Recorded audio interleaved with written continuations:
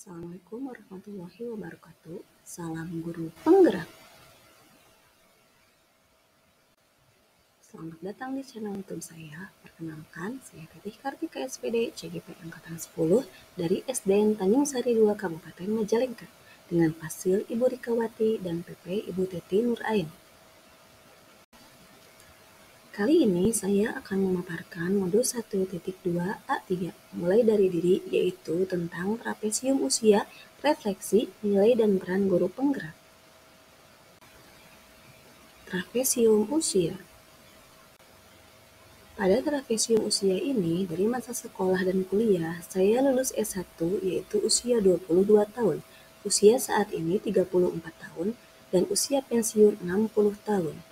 Dari rentang masa sekolah dan kuliah, ada pengalaman negatif dan ada pengalaman positif. Pengalaman negatif saya pada usia 12 tahun dan pengalaman positif saya pada usia 12 sampai dengan 17 tahun. Selisih usia, pengalaman positif dan pengalaman negatif saya 22 tahun. Refleksi. Apa peristiwa positif dan negatif yang saya tuliskan di sana? Peristiwa positif yang saya alami pada usia 12-17 tahun, saya selalu dikenal oleh guru matematika saya karena saya mampu mengerjakan soal dan sering menjadi tutor sebagai teman-teman saya. Salah satunya usia 13 tahun, guru matematika yang terkenal killer, kalau di kelas tidak ada yang bisa mengerjakan maka harus lari di lapangan. Seringkali saya menjadi penyelamat teman-teman saya maju ke depan mengerjakan soal. Peristiwa negatif yang saya alami terjadi pada usia 12 tahun.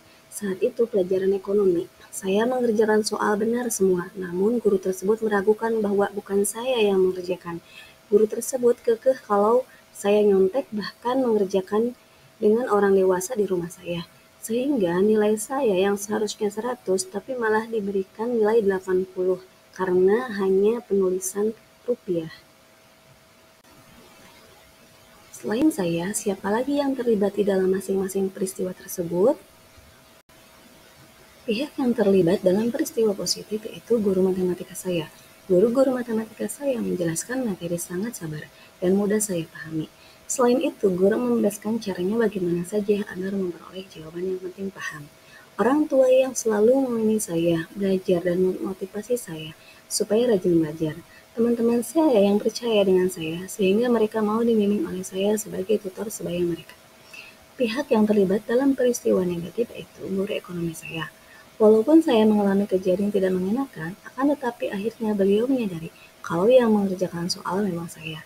Ketika ada soal lagi, beliau memberikan saya nilai 100 dan menyuruh saya menuliskan jawaban di depan kelas, serta menyuruh saya menjelaskan dari mana jawaban tersebut.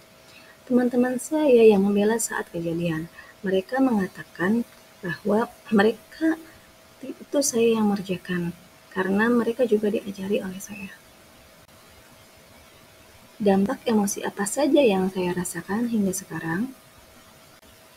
Dampak emosi saya yang saya rasakan dari peristiwa positif adalah bersyukur terhadap Allah Subhanahu wa Ta'ala, merasa senang, kagum terhadap guru yang sabar dan jelas ketika menerangkan materi, bangga terhadap pencapaian diri, senang karena memiliki banyak teman, jadi termotivasi lagi untuk belajar, jadi termotivasi untuk menggapai cita-cita menjadi guru.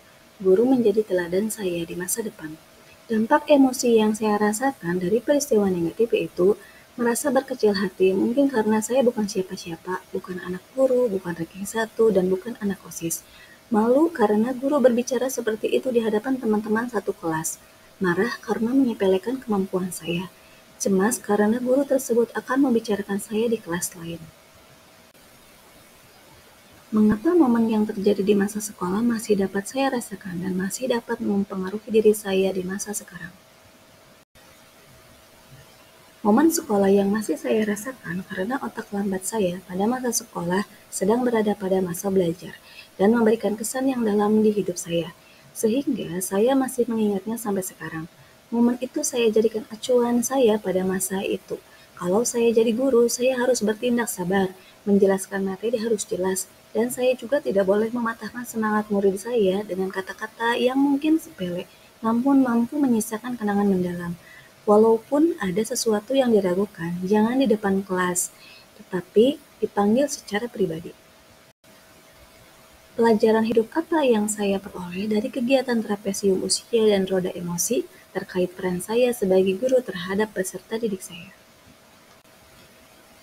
Yang pertama, pantang menyerah untuk terus belajar sepanjang hayat, belajar untuk menjadikan murid-murid saya sukses di masa depan.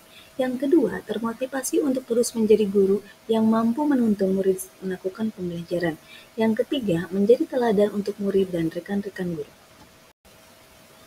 Bagaimana saya menuliskan nilai-nilai yang saya yakini sebagai seorang guru dalam satu atau dua kalimat menggunakan kata-kata guru, murid, belajar, makna, dan peran. Guru memiliki peran yang penting dalam menuntun murid untuk terus belajar dan memperoleh pembelajaran yang bermakna. Nilai dan peran guru penggerak menurut saya. Apa nilai-nilai dalam diri saya yang membantu saya menggerakkan murid, rekan guru, dan komunitas sekolah saya? Nilai-nilai dalam diri saya itu yang pertama, saya suka mempelajari hal-hal baru.